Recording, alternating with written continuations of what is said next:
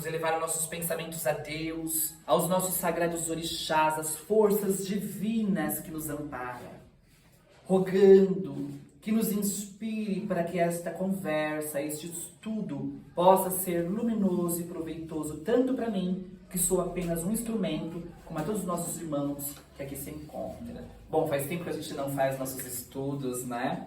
Então, vamos iniciar. Depois, meu amor, vai colocando no canto para não ficar passando para lá e para cá. Tá bom? Pode deixar no cantinho. Então, nós vamos iniciar os nossos estudos de forma diferente. Os nossos estudos agora serão muito referentes à Umbanda, né? A nossa vivência de Umbanda.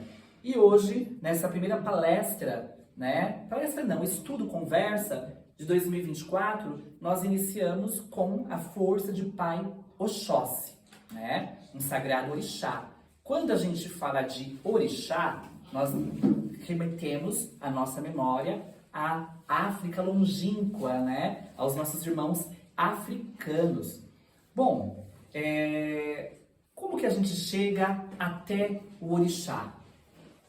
Como que a gente eleva o nosso pensamento até o orixá? Muitas vezes de forma ainda muito humana.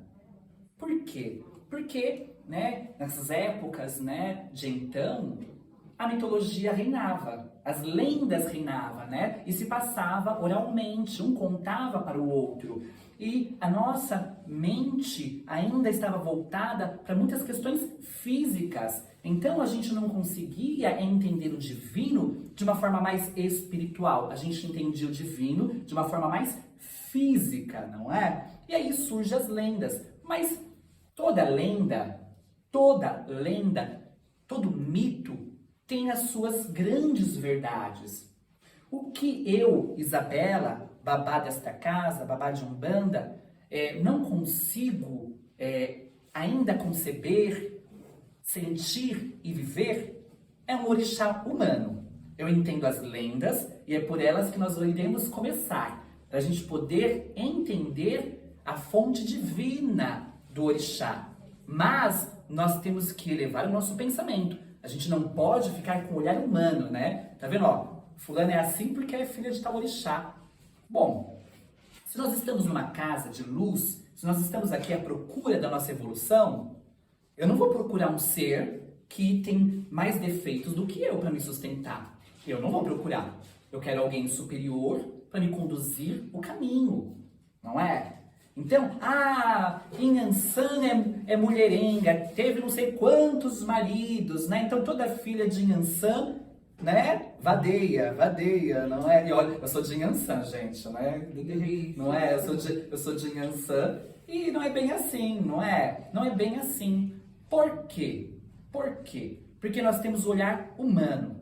E aí nós vamos começar a entender o orixá, tá? A partir das suas lendas, até a gente conseguir elevar. E esse estudo vai ser um estudo contínuo, tá? Nós temos aqui 30 minutinhos de estudo, já é bastante. Mas a gente vai prolongar. E todas as vezes que vocês tiverem dúvida, dê para as cambones, né? Escreve, ó, tenho dúvida sobre isso, quero entender isso, quero estudar isso. E quem está assistindo do YouTuber, coloca aí suas dúvidas, né? Não sou o ser, né, mais inteligente do assunto. Eu estudo muito há anos, eu nasci na Umbanda, estudo muito há anos. Fui casada com uma pessoa do Candomblé durante 10 anos, mais 2 de namoro. Então eu tenho uma vivência muito grande com o Candomblé.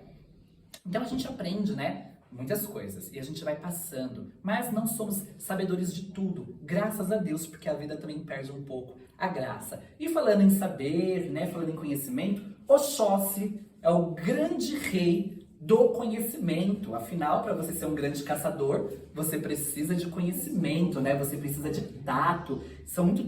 É muito tempo para você conseguir realmente ter uma caça com qualidade e certeira. E conta a lenda que Oxóssi acertava apenas com uma única flecha. Toda a caça ele conseguia com apenas uma flecha certeira, sem errar o alvo. Bom, existem muitos mitos e lendas sobre o orixá Oxóssi, tá? Então vamos lá. Vamos iniciar com a primeira. A primeira lenda é que Oxóssi é irmão de Ogum. Oxóssi é irmão de Ogum. E Ogum tinha lá uma terra vasta, né? Uma parte vasta ali em meio à floresta. Mas seus inimigos, né, vão ali, ficam de olho naquela terra próspera, porque era uma terra muito próspera, tudo que se plantava dava. Seus inimigos ficam de olho, crescem o olho, como sempre na humanidade, né? E tenta tomar. E de fato quase destrói a aldeia, né, o vale ali de Oxóssi. Quando Ogum volta de uma das suas viagens, né, de uma das suas guerras, encontra o seu irmão, né, daquele jeito. E Ogum fala, não, eu não posso ficar aqui, porque eu sou um comandante, eu preciso estar em inúmeros lugares, em inúmeras batalhas. Então, eu preciso com que você crie a força precisa capaz de se defender. E ensinou Oxóssi a se defender, emprestou seu facão, né? Ensinou Oxóssi a caçar. E Oxóssi, né, foi criando aquela habilidade até se tornar, de fato, o melhor caçador de sua aldeia, e não apenas de sua aldeia, mas de toda a África. E também há lendas que dizem que Oxóssi é filho de Iemanjá com Oxalá. Bom, vários orixás são filhos de Oxalá com Iemanjá, tá? E nós vamos entender isso aos poucos, tá? Depois, pessoal, vocês que são da assistência, é importante que vocês entendam a Umbanda. Depois vai lá no YouTube, assista novamente, porque são muitas coisinhas, né? E alguma e outra acaba passando. E eu quero que vocês entendam que é orixá. Eu quero que vocês vivenciem orixá, porque a Umbanda traz essa energia poderosa, maravilhosa. Enfim, outra lenda é Oxóssi já está poderoso, Oxóssi já está ali conhecido na sua aldeia como o melhor caçador. E ali no reino de Queto, né, no grande reino de Queto, eles iam comemorar a colheita do inhame, como eles faziam todos os anos. E aquele ano, eles não convidaram as Yami. As Yami são 3 bruxas. E é engraçado, gente, que a mitologia parece que não, que ela se repete, né, em várias regiões do planeta, são muito similares. Essas Yamis, elas aparecem na Grécia, são as Pacas, né? As 3 irmãs. Alguém já ouviu falar das Pacas? Uma tece o destino, a outra lê e a outra corta. As Yamis fazem mais ou menos a mesma coisa, são 3 grandes feiticeiras. Ficaram com raiva do rei de Queto, mandaram um grande pássaro ameaçar a todos, e o pássaro começou a destruir tudo, né? E aí o rei chamou 2 caçadores. Os 2 caçadores chegaram com um monte de arco e um monte de flechas e tentaram, não mataram o grande animal. Afinal, ele possuía grande poder através do feitiço das Yami. E aí chamaram Oxóssi. E detalhe, né? Se você não matasse o pássaro, você ia ser morto. Coitado, né? E Oxóssi chega com uma única flecha. Há algumas lendas que dizem que a mãe, né, de Oxóssi, no caso seria Iemanjá, faz um trabalho, né, uma entrega para as Yami, né? E há também lendas que dizem que, na verdade, Oxóssi também é filho de uma delas, das Yami. Vai variando de região para região, tá? Mas, enfim, fato é que Oxóssi pega a sua flecha, sua única flecha, e acerta o pássaro e resolve a situação. Né? E aí todos começam a adorar Oxóssi, todos começam a louvar Oxóssi, né? E começam a gritar Okearô. O que significa Okearô? Né? Oke é ecoa. Arô é título de nobreza, né? Então, Saravá, o grande rei, salve o grande rei. Tem vários significados, mas é mais ou menos isso, né? Salve o nobre que ecoa. Por isso que geralmente os Oxóssis gritam, né? Por isso os caboclos que são regidos por Oxóssi gritam para ecoar esta energia, esta força poderosa de Oxóssi que acerta ali com uma flecha só, que nos sustenta, que nos protege, que nos liberta, que expande conhecimento através do poder das matas. Enfim, de onde surge também a palavra Oxóssi? Oxô, desculpa gente, eu não sou muito boa com pronúncia, tá? Então quem tá me assistindo me desculpa qualquer falha. Mas Oxô seria como se fosse um caçador da aldeia. Ossi seria o responsável, o grande provedor da aldeia, o grande caçador da aldeia, aquele que que traz toda a sustentação, né, a alimentação, a luz para a aldeia. Afinal, né, naqueles tempos, tanto dos nossos índios aqui do Brasil, quanto dos caçadores africanos ou qualquer outros caçadores existentes, eles que sustentavam a aldeia. Eles eram os grandes provedores da aldeia.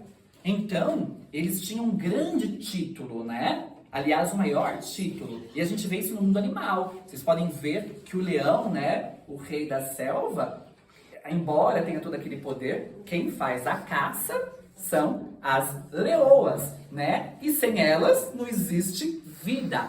Quando você caça, quando você tem a caça, você tem, né, o alimento. E quando você tem o alimento, você tem o quê? A vida. Mas aonde a gente chega com essas lendas? Porque aí ainda é um fator humano. E lembra que eu falei? Não quero que vocês venham enxergar o orixá de uma forma humana. Mas temos que ter profundo respeito com a nossa ancestralidade. Porque assim, ó, vamos entender uma coisa. A ciência, né, a arqueologia e até mesmo os espíritos falam que o nosso berço é a mãe África. O berço da humanidade é a África. Ali que surge, né, a civilização entre a Mesopotâmia, né, Egito, enfim, a África é o grande berço humano. E aqui eu não vou ficar militando, tá, gente? Não é uma questão de militar e nem contra quem milita, porque nós temos que realmente levantar as nossas bandeiras, porque quando a gente começa a falar de militar, parece que a gente quer, né, bater o outro. Não é isso. Não estou dizendo que militar seja isso, mas parece, e eu não quero surgir com este tom. Mas nós temos que lembrar que, por exemplo, Iemanjá. E não sei se na semana que vem, na outra, nos trabalhos de Iemanjá, a gente vai falar sobre ela. A Iemanjá, ela foi se clareando. Hoje em dia Iemanjá é branca, né? Sendo que, quando você fala de Iemanjá, você fala da língua Urubá. A palavra Iemanjá, a palavra Oxóssi, são ali da língua Iorubá. Então nos lembra do quê? Dos nossos irmãos negros, da potência negra. Mas aí veio, né, a escravidão. Tanto é que Oxóssi hoje em dia não é tão cultuado na África porque a nação de Queto lá foi destruída. Devido ao quê? À escravidão.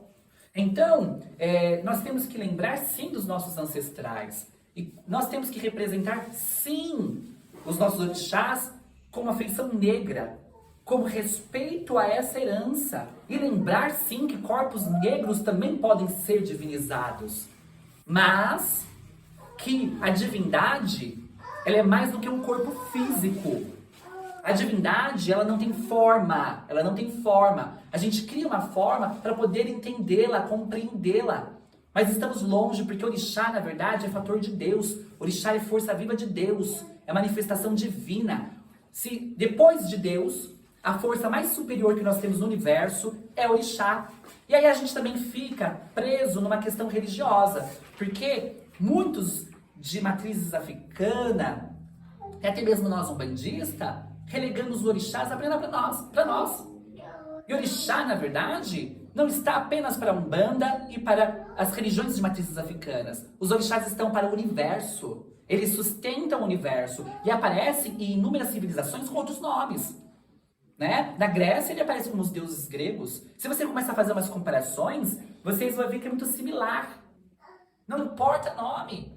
Eu acredito em vida, eu acredito e tenho certeza, porque os espíritos falam que existe vida em outro planeta. Você acha que em outro planeta os orixás têm o mesmo nome que os nossos? Não tem, porque Deus é diverso. Não importa. Mas ele se repete em todas as direções. Então, Oxóssi, se você começar a ver as suas características mais humanas e elevar um pouco a sua mente, você vai começar a compreender o fator divino de Oxóssi. Se ele tem uma flecha só e é certeiro, é sinal que é uma energia certeira. A energia de Oxóssi, olha, é certeira. Quando ela realmente age, não tem erro. Aí ele vem da mata, né? Aí a gente lembra um pouco da fotossíntese, não é? Gente, quem faltou na aula de biologia aqui? Porque aqui a gente mistura tudo. A gente mistura, né, a matriz africana, as lendas com ciência aqui, porque é assim a vida. Quem lembra da fotossíntese, né? A luz do sol, a aguinha, e transforma em o quê? O que que a fotossíntese nos traz? O quê? Oxigênio, energia, vida, através do ar. E aí a gente começa a lembrar que na lenda, Oxóssi é irmão de quem? Ah, vocês não estão prestando atenção. De quem é Oxóssi irmão? De Ogum, gente. Eu vou começar a fazer pergunta no meio dos nossos estudos, hein? Oxóssi é irmão de Ogum. Qual é o fator divino de Ogum? A ordem. Qual é o fator elemental de Ogum? O ar. É o ar. E as lendas dizem também que Oxóssi e Ogum nunca se separam, porque são forças que se unem para a grande batalha. Então, quer dizer, Oxóssi é a força expansiva. Tanto é que quem é de Oxóssi geralmente tende a mente muito expansiva. Você pode ver que de vez em quando eu tô flutuando. Né? Imagine Oxóssi com Yansan. Um evento, o outro é ar. Pensa na minha cabeça de vez em quando. Mas, fato é que Oxóssi é essa força expansiva, da sabedoria, do conhecimento. Mais do conhecimento, né? Que gera a sabedoria, que é outro orixá. É outro orixá. Mas é o conhecimento expansivo. E não há conhecimento sem ordem. Não há expansão sem ordem, porque quando você expande sem ordem, gera destruição. Então, por isso que Oxóssi é irmão de Ogum. E olha que maravilhoso. Ele é filho de quem? Quem Oxóssi é filho? De Iemanjá e de Oxalá. A vida se inicia onde no nosso planeta? Aonde a vida... Biologia de novo, gente. Aonde a vida se inicia no nosso planeta? Não. Onde inicia a vida. A vida não o berço da humanidade, não a civilização, mas a vida. No mar, não é assim que a ciência nos diz? E depois do mar, ela vai... Existe uma série chamada A Vida no Nosso Planeta. Assiste, é maravilhosa. Aí mostra lá, né, através dos estudos, que depois ali, né, do mar, né, de começar ali as amebas, toda a vida marinha, ela parte para onde? Para a terra. Mas por onde ela começa? Com os musgos. E depois do musgo, se transforma no quê? Na floresta. A floresta traz o quê? O oxigênio. Equilibra, né, o sistema estufa lá, né, equilibra tudo e dá realmente a vida fora da água. Olha que maravilha. Então Oxóssi é um fator de vida. Oxóssi tem algumas falas, algumas lendas que mostram isso também, que ele é antagônico à morte, né? Porque ele é vida plena. Então quer dizer, olha que interessante, Iemanjá, para quem não sabe, nós vamos conversar sobre ela, sem ser nessa semana que vem na outra. Iemanjá, ela é fator gerador de vida. Por isso que ela é mãe de muitos orixás. Nanã também, mas aí Nanã a gente fica para um outro momento. Então, ela é uma geradora de vida. E Oxalá, alguém já viu falar aqui de... Como que é o nome? Meu Deus do céu. Meu Deus, eu vou lembrar agora. Tá na ponta da língua. Nós temos no nosso universo 3 elementos. Elemento universal. Alguém já ouviu falar do elemento universal? O elemento universal é da onde é gerado tudo. Tudo é feito através desse elemento primordial, elemental. Tudo vai sendo gerado. E Oxalá é o grande manipulador dessa energia. Por isso que ele fica sempre no centro do nosso congá.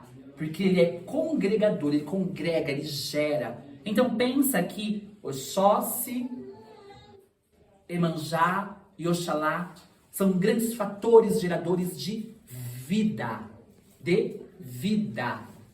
E aí, como que você começa a entender o lado negativo? Entenda, quando eu vou falar até errado, é até errado dizer o lado negativo do orixá. Não existe o lado negativo de orixá, porque orixá é o quê? Divindade. Mas quando a gente humaniza muito essa divindade em nosso espírito, porque todos nós possuímos as forças divinas dos sagrados orixás, porque eles em conjunto gera a vida plena que nós conhecemos neste planeta e no universo. Depois de Deus, maior é quem? Orixá. Depois de Deus, maior é quem? Orixá. Que nem quando aqui a gente faz referência a Jesus, né, como nosso mestre. Jesus, com o maior respeito que nós temos, ele não é superior ao Oxalá. Jesus, ele governa o nosso planeta. Mas quem sustenta o trabalho de Jesus, quem é? Os orixás. Eles são tronos de Deus. Nós não sabemos exatamente o que é. A gente compreende Deus na sua totalidade? Não. Não tem como a gente compreender o orixá. Porque são fatores de Deus, emanações de Deus. Então, se a gente acredita que nessa casa que Jesus é o governador do nosso planeta, ele precisa manipular energias para esta construção. Essa energia provém de quem? Dos orixás. Então, quando a gente compara Jesus com Oxalá, é que Jesus está dentro da energia de quem? De Oxalá, que é uma energia de fé. Por isso que tem esse sistema religioso em volta de Jesus. Difícil de entender, gente? Tá difícil de entender? Então, orixá é fator divino. Orixá é força sagrada, não humana. Mas, quando eu, filha de Oxóssi, me desvirtuo, aí a expansão de Oxóssi na vida, eu começo a expandir a morte. E morte em todos os sentidos. Porque quando você magoa alguém, você mata uma parte dela. Você mata no sentido de tirar aquela alegria. Você mata a alegria daquela pessoa. Você conduz ela a uma morte sentimental. Se ela se permitir. Ultimamente eu não me permitindo. Ah, vem matar minhas emoções. Eu falo, vai com Jesus, vai com Deus, vai com os orixás, vai com quem você quiser, mas vá, né? É assim que a gente faz. Outro lado negativo, né? Eu como filha de Oxóssi, né? Se eu não tiver uma concentração plena, se eu não estiver me concentrando, não é? Ali, querendo buscar realmente o conhecimento, para que eu possa crescer e evoluir, eu fico muito, sabe, aérea, porque ele não é expansivo. Só que eu me permitir ficar muito expansiva também é negativo. Por quê? Porque eu fico rodando que nem um peru, sem sair do lugar e sem realizar nada. Porque o Oxóssi, ele é conhecimento. E você só adquire o conhecimento com a prática, não é? E ele é exímio caçador, então ele realiza a caça, ele faz.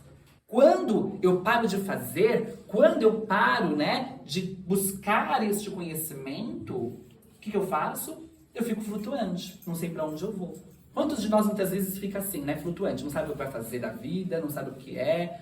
E aí é quando você sai desse fator divino.